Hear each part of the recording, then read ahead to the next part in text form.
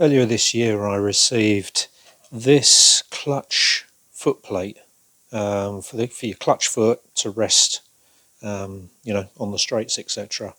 I got it from Chris Redman at Type 116 Motorsport. Now, Chris's company is the company that's responsible for the footplate that goes under, that you sort of rest your feet on inside the car. So he developed that for the 116, and now he's developed this footplate. He sent it to me back in May, and a big apology for not doing anything about this for such a long period of time, but I just haven't had the time to actually sort it out. So these are the components. It comes with riv nuts, as you can see, and then there's this M6, I think it is. Let's just have a quick check. Yeah, M6 bolt with an Allen socket head. So that goes through the side of the plate, and then what we have to do is drill a hole for the riv nut in the transmission tunnel. I'm going to have to make sure I'm not going to drill into anything behind it. Now let me think. No, all the hydraulic pipes go down the other side. I haven't got any cables and I haven't got any fuel vents or anything going through that side of the transmission tunnel, the right-hand side of the transmission tunnel. So I think we're all good. I don't think there's anything that's going to stop us from doing this. On the face of it, the only thing I'm slightly concerned about is if it's just, held in by two bolts on this side into riv nuts. I'm a bit worried about flexing and how sturdy this is going to be, but we can't really criticise that until we've fitted the thing. So let's get on and fit it. So it's got to go over there to the left of the clutch pedal, obviously. I want to try and do it without taking the car seat out. I don't want to take the seat out because I'm racing in, it's 2 weeks from today actually. I'll be racing at Snetterton, and I'm testing or practicing on the Wednesday before that. So I've got about 10 days and I've got a lot going on over the next week or so. So I can't afford to start tearing the car apart and what have you. You can see Chris's Type 116 footplate there, just to rest your heel on, to bring your heel up so that it's closer to where it would be if there was carpet, and there's a polystyrene block that goes underneath the carpet actually that brings your feet up higher. So that's the plate there.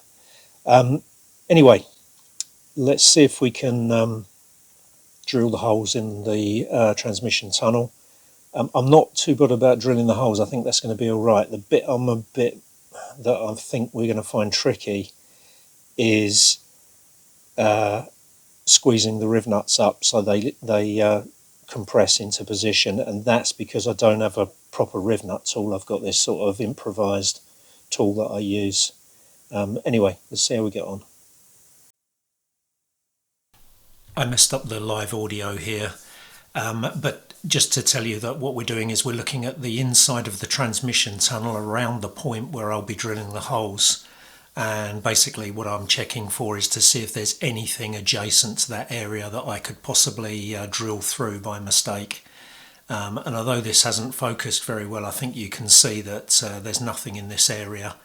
There is a cable for the lambda sensor, but it doesn't come anywhere near this area, so I think we're good to go. Okay, one problem you're going to have is when you drill, the pedals get in the way. I drilled a pilot hole first and then I drilled it out with an 8mm drill, but quite honestly I made a bit of a mess and ended up having to file some of it. Then I made it too big, so the riv nut was quite loose, but it seems to have tightened up okay. So I've done one of them, so I can test this. Now let's try putting this in place.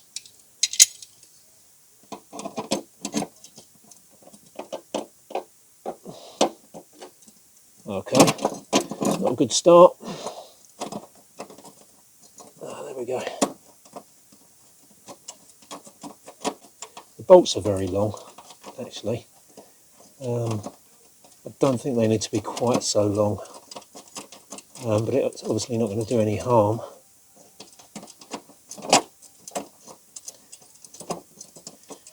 Alright, getting that sort of in position. Right, so, and then it's going to go like that. So I need to put another hole through there. Now it was a bit of a juggle missing these indented bits, so I had to move it around to get it in the right sort of position, but I think this will be good.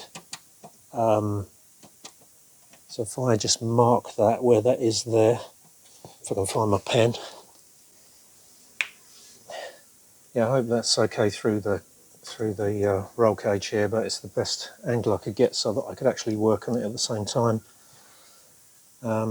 Let's see if we can actually tighten it up a bit. Yeah, I only just want to get it so it's not loose. I would say that's about the right angle. What I mean is the correct angle, you know. Okay, let's mark the bottom hole.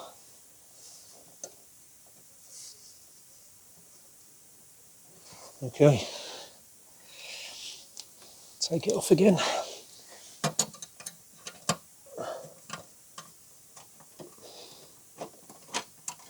Just to give you an idea, so far I've been doing this for, I think it's 40 minutes.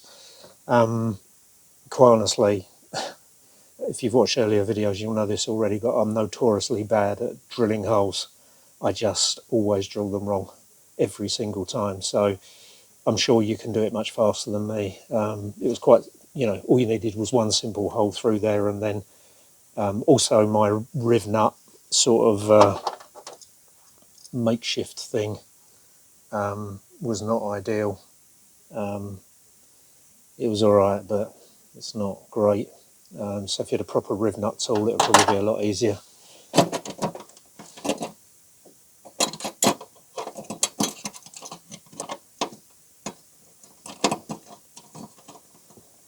I'll cut this forward so that you don't have to watch me struggling to get this thing off.